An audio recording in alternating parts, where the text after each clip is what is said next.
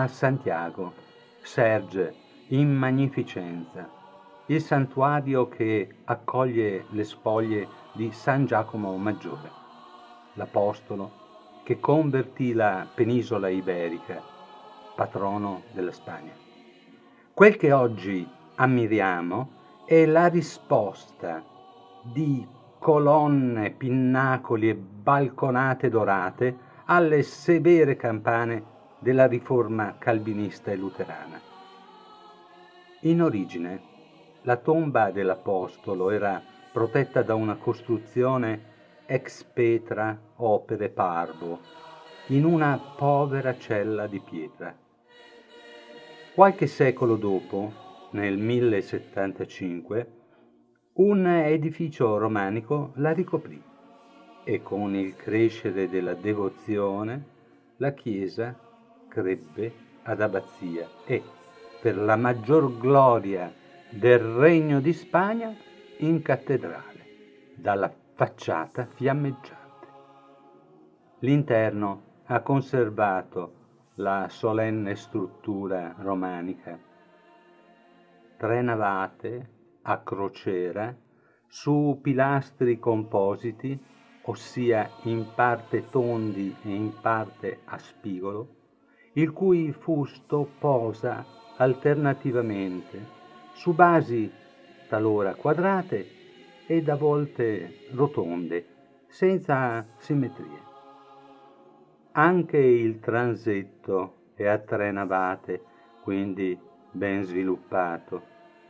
Su ogni braccio si allungano con bicipiti ben allenati 2 cappelle radiali. Altre 4 coronano l'abside, percorribile nel deambulatorio. Guardando la cattedrale da sotto, la doppia scalinata, la facciata animata, potrebbe da un momento all'altro essere alzata e portata in processione dal Casao i Novoa, suo prodigo creatore piccaresco, impossibilitato nell'impresa dalla severità delle radici romane. Insomma, non ci piace.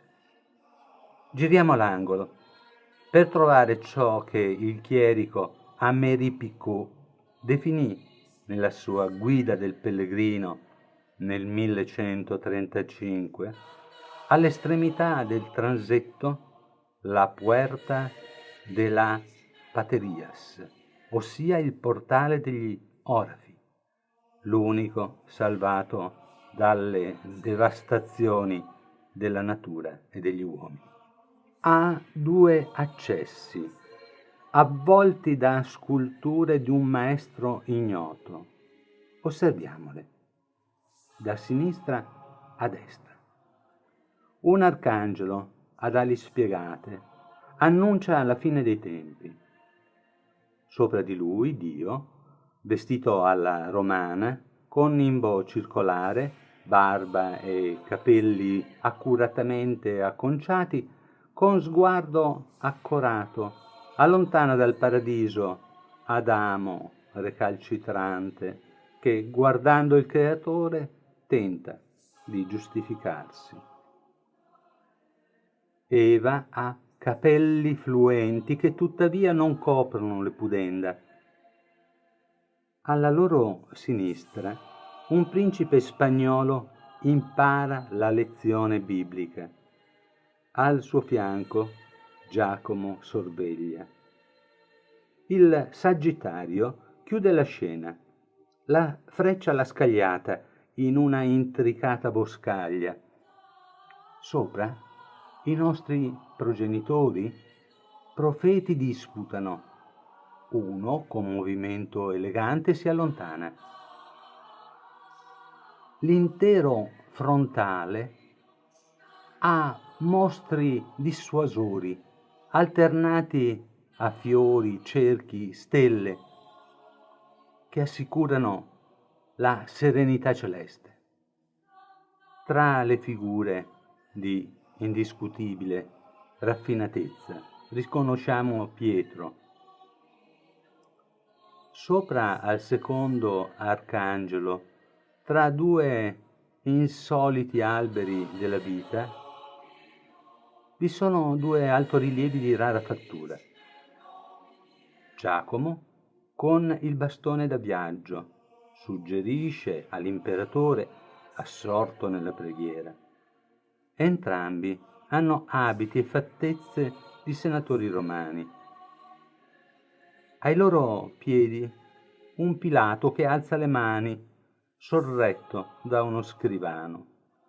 Nel timpano si guerreggia. A destra, guardando, demoni camaleontici si adattano ai piaceri, si prostrano, offrono doni, si metamorfizzano in animali domestici e persino in pesci. La lussuria, seduta scompostamente, è la forza dominante della scena. Dall'altro lato si leggono testi sacri, si benedice e a chiudere la contesa un angelo scuote il butafumero, incensando e purificando il campo di battaglia. È un gigantesco turibolo, lo troveremo all'interno della cattedrale. Tra le figure centrali è quella di Lucifero, il più bello tra tutti gli arcangeli ed il più presuntuoso. Narciso, sappiamo, innamorandosi di sé, s'annegò.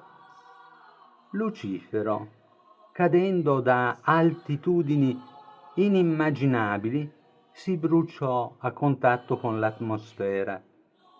Pelle ed ali ed il volto mostra di conoscere la sofferenza degli umani. Passiamo al timpano accanto. Nel settore superiore una natività mal disposta, nel senso che l'angelo precipita, i magi si intrufolano nella stalla trascinando la stella e Giuseppe, supino, veglia. Sotto, da sinistra guardando, la presentazione al Tempio, l'incoronazione di spine, la fustigazione alla colonna, croce e deposizione. Rara sintesi iconografica. Tra le figure stupisce il confronto tra un Gesù rassegnato e un po' sovrappeso ed il nerboruto, forse nordafricano, soldato. Cristo ha volto e barba d'uno svevo, però, dopo risorto, sembra ringiovanire ed è sicuramente passato dal barbiere. Sopra, invero, non c'è storia da raccontare. Ancelle, martiri, una inaspettata sirena. Oltre la facciata principale, la chiesa è preceduta dal Narcete, o della gloria capolavoro del XII secolo del maestro Matteo. È costituito da 3 porte ed uno straordinario ciclo di sculture ispirate al tema della redenzione. Il portale centrale è architravato e diviso al centro da una colonna ove campeggia l'Apostolo Giacomo. Sulla lunetta un Cristo in maestà nella Gerusalemme celeste, con evangelisti angeli ed anime dei giusti. Sull'archivolto vigilano i 24 vegliardi. Sugli stipiti vi sono statue di apostoli e di profeti. Su questo ci soffermiamo. Per quanto centrali, le sculture di Giacomo e Gesù benedicente, bello è il panneggio che le copre, un semplice lenzuolo, hanno dato alla vita, non ci sorprendono quanto le figure sulle colonne, in movimento, dialoganti, di una plasticità classica, quasi a tutto tondo. Maestro Matteo anticipa Donatello e Michelangelo di qualche secolo. L'uomo che osserva l'Apostolo è forse il Mosè di quest'ultimo alzato in piedi, ripreso di profilo? E dall'altro lato, la gioventù dell'Apostolo Giovanni poteva essere rappresentata meglio? In alto, alla nostra sinistra, Maria protettrice degli infanti, la ritroveremo misericordiosa nel XV secolo in tutta Europa. Opposta a lei è una statua che flette il busto. Un angelo della dolcezza si fa protettore degli stanchi vegliardi. Opera magistrale che ci induce a conoscere qualcosa dell'autore e del contesto in cui operò. Nel 1168 Ferdinando II di León assegna al maestro e ai suoi operai una considerevole pensione a vita. Del maestro poco si sa. Certo, rinnovò la scultura romanica senza subire l'influsso del gotico francese.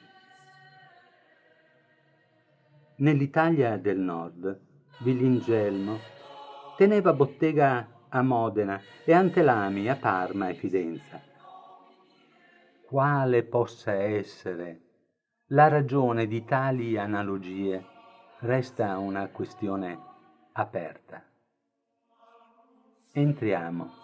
Se la giornata fosse solare, un altare dorato ci guiderà passando sotto due organi dal bellicoso aggetto. Oltre la balaustra, lo stile libero, barocco, sarebbe riduttivo, manifesta il suo fulgore.